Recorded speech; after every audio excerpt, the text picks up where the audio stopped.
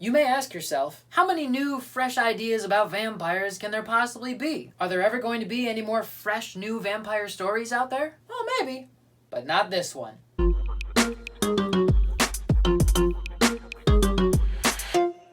So in the last video I did, I reviewed a comic that was created entirely by one guy, and I talked about how cool that is and how difficult that is to do all that work yourself. But it doesn't always work out that well. This comic was created and written and drawn, and I think colored, all by the same guy, Szymon Kudrański, and it is not good. I'll admit that I don't normally care about vampire stories in the first place, but I also don't normally care about Conan the Barbarian type stories in the first place, so I gave the last one a try. I figured I might as well give this one a try, and maybe I'd be pleasantly surprised. But I wasn't. I'm just gonna go down the list here and just rattle off what's bad about this comic. Way too many panels on a page. Weird subject material in each of the panels so I don't know what's going on. Really boring color palette. Next to no emotion on people's faces when they are drawn, if they are drawn. Way too many close-ups on people's eyeballs. Really boring plot. Super flat dialogue. Pointless narration. Boring scenery and boring poses. Totally uninteresting cliffhanger. I hated this book. It's not good. Szymon Kudrański has been around for a long time, since like 2004, and he's done a lot of stuff for DC in particular, and his style, which kind of reminds me of Mike Deodato, but also a little bit like Liber Mayho, if Liber Mayho wasn't trying very hard, seems like it would fit in things like Batman or Green Arrow, really moody stuff, really dark stuff, and you'd think it would fit this vampire book, but man, it just seems like he's not putting much heart into it. Like, for example, artists will duplicate panels often. If it doesn't really matter what action is going on, then they'll reuse the same pose in different panels and have different dialogue, and it just saves them a little bit of time. That's okay. But man, he does this all over this comic. It's like he doesn't even care what emotion the characters have on their faces. They're just talking, and he needs to show that there's a person talking. He doesn't feel the need to actually show the emotion behind what they're saying. And it is so boring to look at. This entire page, except for this one last panel at the bottom, is the exact same drawing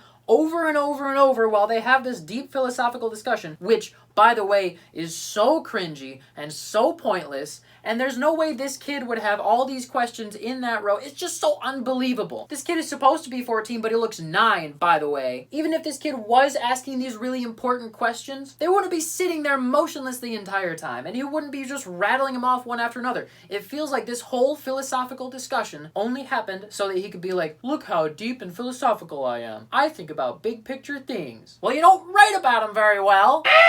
And earlier on in the book, before that whole philosophical discussion, we had the narrator, who is yet to be identified, could be anybody, who knows, mentions that he's got his faith, but also says it's a glimmer of relief in the void. Is he a nihilist? He pretty expressly says that he believes in heaven and whatnot later, but man, I really hope we don't have to deal with any nihilism in this book, because nihilism is a first-year philosophy major type conversation to have. There is no actual depth in the whole idea of nihilism. It's just uninteresting. I can't read a comic with this kind of tone of voice and this kind of lack of attention to emotional honesty if it's gonna be about nihilism. I can't do it. There is one good scene in this book that feels well paced, and then very quickly it is boring once again, and I'm totally uninterested, and it just feels like watching a bad movie that's not even bad enough to be funny. Like, some movies are campy and culty, and they're funny because they're so bad on purpose. Like Zombievers. This is not bad enough to be Zombievers, but it's not good enough to make me care.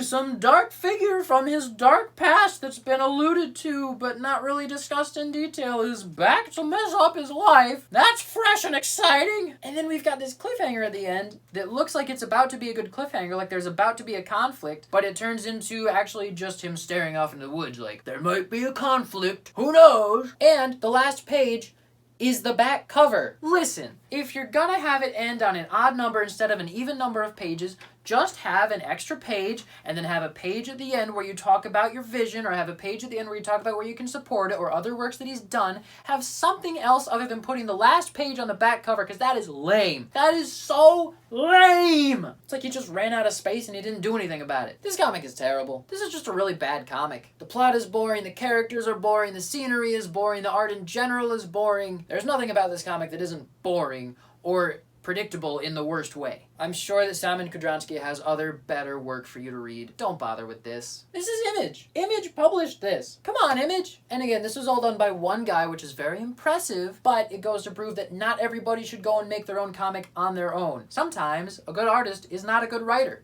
Sometimes a good writer is not a good artist. This was a waste of my money. I wish I hadn't bought this. Maybe I'll get enough streams on this video to make back my $4 that I wasted on this. So my rating is a 3 out of 10. It's really bad. I didn't like anything about this book. I guess the art isn't the worst I've ever seen, but it's also so boring and unimpressive and bland that it doesn't make up for the terrible writing. So yeah, 3 out of 10. Did you read it? Am I wrong? What do you think? Today's question comes from Daddy Dadlegs, and they say, you've mentioned that DC Comics aren't worth buying, but you have a bunch of them on your shelf.